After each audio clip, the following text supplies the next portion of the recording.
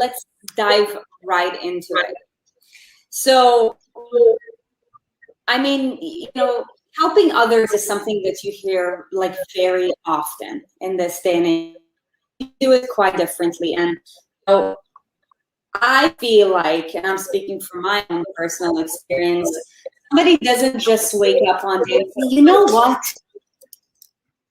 I'm just going to commit the rest of my life to helping people, right? Like something must have happened, or it could have been a series of events. Like I'd like to know like a little bit of the backstory, like what event or series of events have led to that realization for you?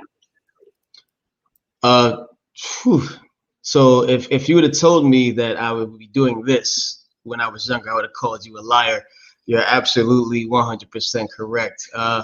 Something has to happen to you for a light switch to click on and take this crazy path to thinking that you can help the world one person at a time, or however many people at a time. So I grew up in Staten Island, New York, born and raised, single parent household.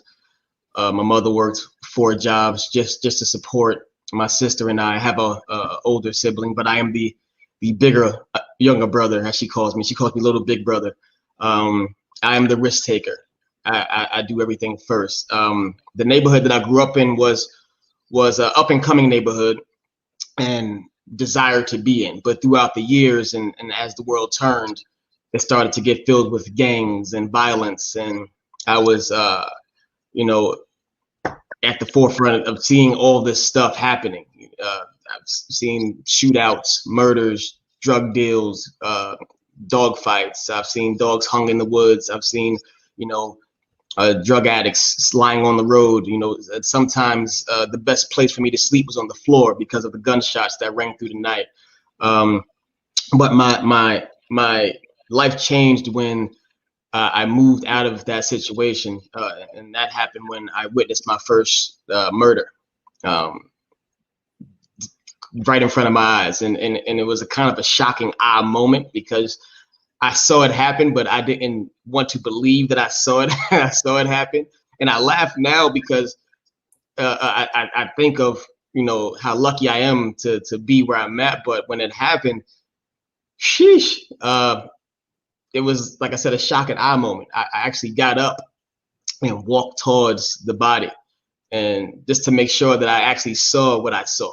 And as I got towards the body, the guy locked eyes with me, with all the holes, just, and that desensitized me for life. And my mother found out. I didn't want her to know. You never want your mother to find out anything. I went home to my sister. I was like, oh my God. She goes, what happened? I said, I just saw something. She goes, what'd you see? I said, I can't tell you because where I'm from, you can't tell anything. I can't tell you. She goes, well, I heard gunshots. I'm calling mommy. I said, no, don't call mommy. Don't call mommy. So she called my mother, and she bought me 2 big suitcases that I could fit myself into. I know I tried. I put myself in the suitcase and I tried to zip it up and I fit.